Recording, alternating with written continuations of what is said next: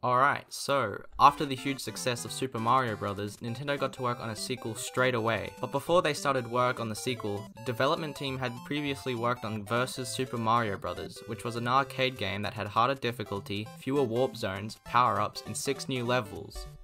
The team really enjoyed these new changes, so they added them in, including the 6 new stages. Takashi Tezuka, who was assigned as the director, also felt that the sequel needed to be more challenging for players who had already mastered the first one, but realizing that the game may be a bit challenging for newcomers and people who are bad, they labeled the game's cover with "For Super Players."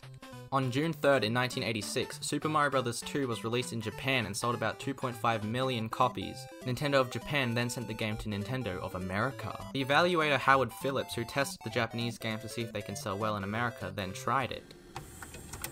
Hello, my name is Howard Phillips, and I am a game master.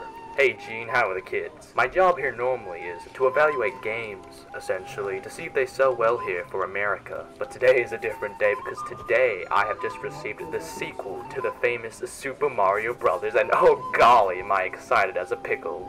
Alright, let's just see here. Let's put that in there. Oh, Super Mario Bros. 2. I don't mind if I do. Oh, a super mushroom. Let's just go and get that. And he thought that the game was too hard and would not sell very well in Western countries, so the game was rejected. Nintendo of Japan needed the sequel quick, so they chose another game of theirs that was Mario enough to reskin and sell it to American audiences.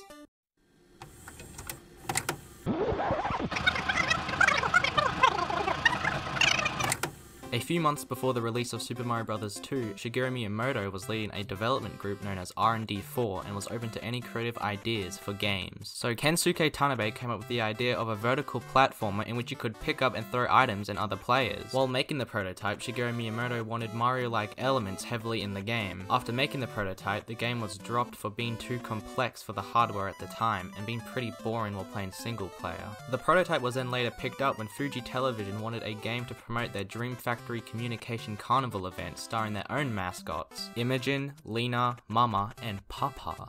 The game was then released in Japan on July 10th, 1987 under the name Yumi Kojo Doki Doki Panic.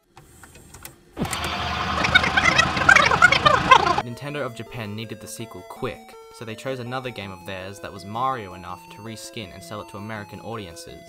The game that they ended up choosing was Doki Doki Panic, and since they owned the licensing for the whole game, all they had to do was replace the characters that they didn't own with Mario ones. And so, Super Mario Bros. 2 was released in North America on the 9th of October 1988. Although Nintendo just reskinned a game and called it Mario, it definitely started out as one, and that is pretty epic.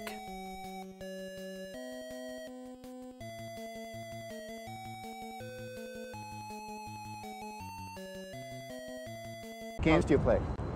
Oh, Mario 3, you know, my kids play. You know, Did you beat it yet? What? Did you beat Mario 3 yet? I didn't have a chance to beat them yet. Why not? What?